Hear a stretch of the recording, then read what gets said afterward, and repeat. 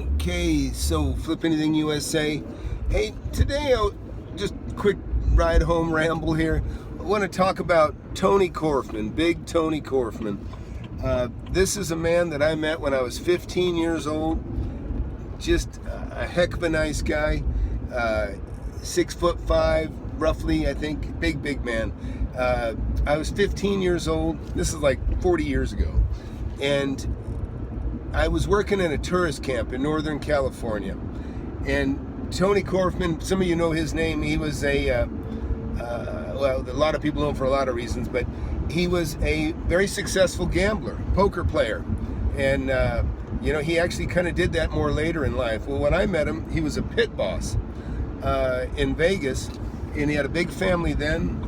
I was 15, he was probably about 31, I guess, and anyways, he was at this tourist camp that I worked at. He rented a cabin, saw me, and he's like, "Hey kid," he was a big guy, he looked like a big mafioso guy, and he says, "Hey, can you cut the bushes?" And anyhow, I went over and I worked my butt off, cut the bushes, gave me, a nice tip, and we ended up being friends and talking, and just a heck of a good guy, always nice to me.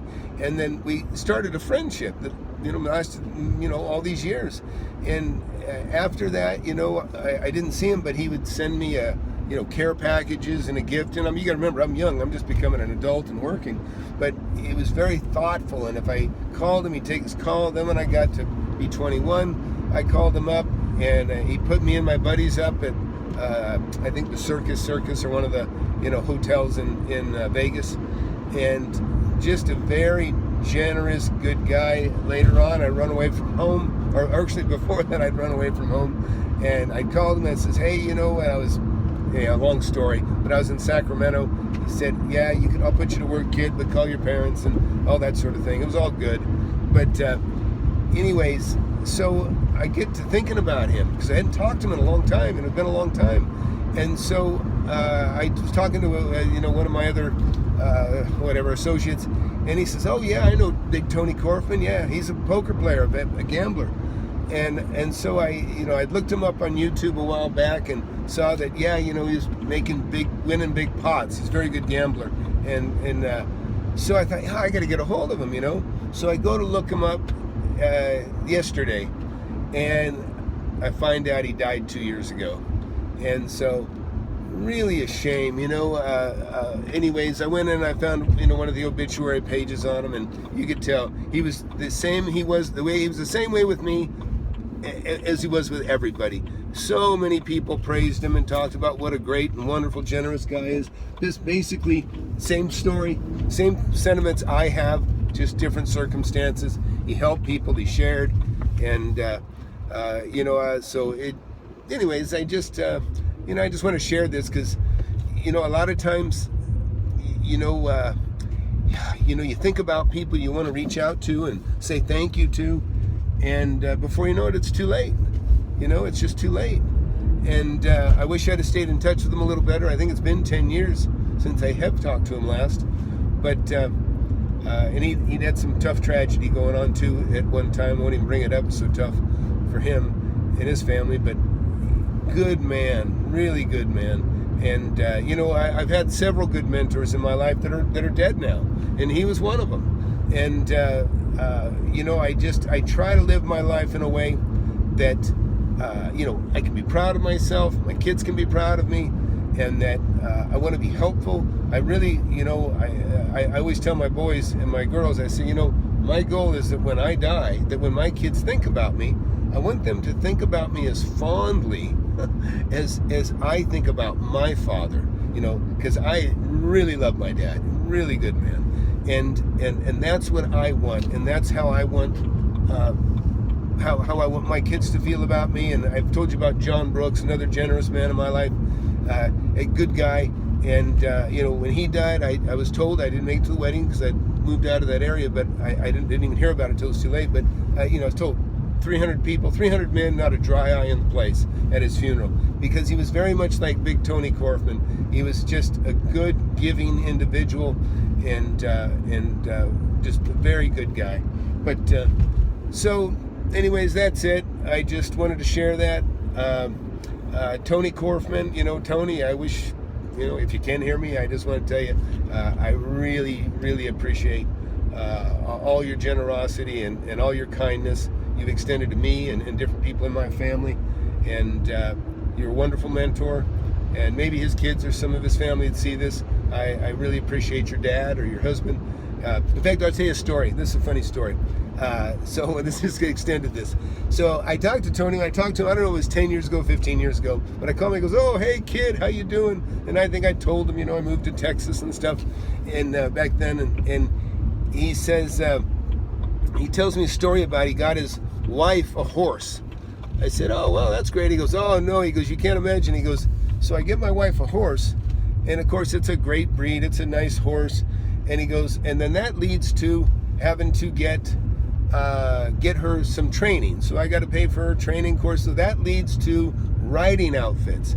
That leads to a new saddle and a new, with this and a that. And he names some different accessories. And then he talks about, you want to take the horse, I forget, to shows or whatever he was talking about.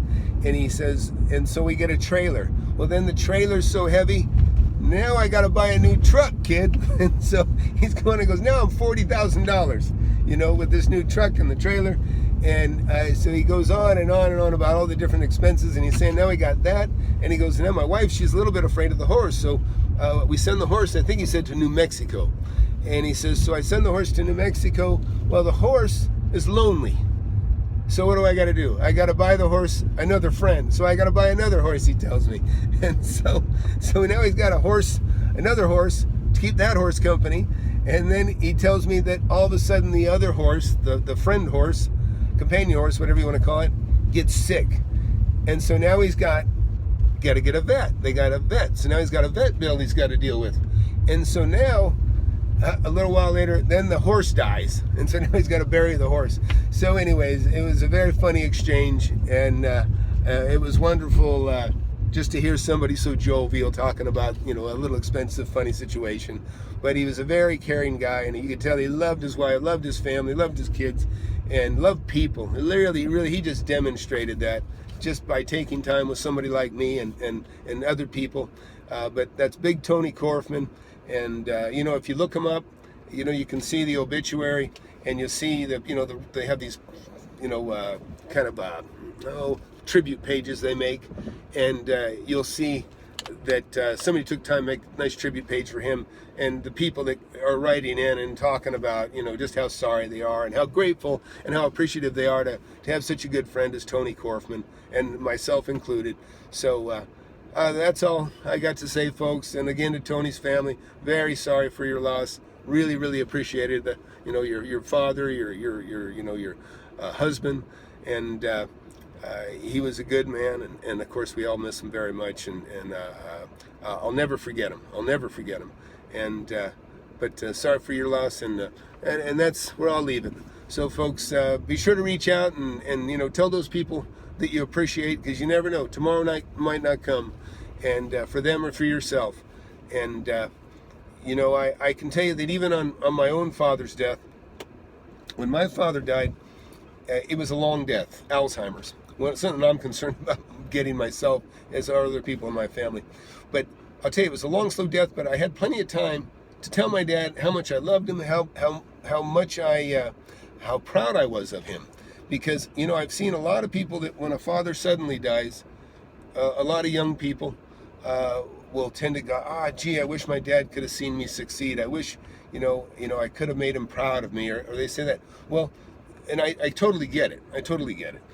But the other thing a lot of people I don't think about, and I'd say this to anybody that has their parents that are still alive, you want to tell your parents that you're proud of them. You want to tell your mom or your dad, you say, man, I'm proud of you. I really appreciate you and what you've done. Because believe me, that's every parent's dream. Because I know, being a parent, that when they die, they want to know that their kids appreciate them, or that they want to know that they did a good job. And that's why I say, number one thing for me is I want my kids to love me and appreciate me as much as I love and appreciate my father and my mother. And so, that's all. I just leave you with that. Reach out, call those people that you love and care about, so that if something tragic should happen to you or them, at least, you can die in peace, or when they die, you'll rest in peace, because you won't have that regret that you didn't reach out. It kind of like I have with Tony. He knows I loved him and was a good man, but you know what? I wish I'd have stayed more in touch with him. And there's other people too. But today it's really mostly thinking about Big Tony Korfman. So anyways, please, that's it for Flip Anything USA. Totally off topic, but I just wanted to share that. So take care, and please subscribe and share with your friends, and have a good evening. Thank you.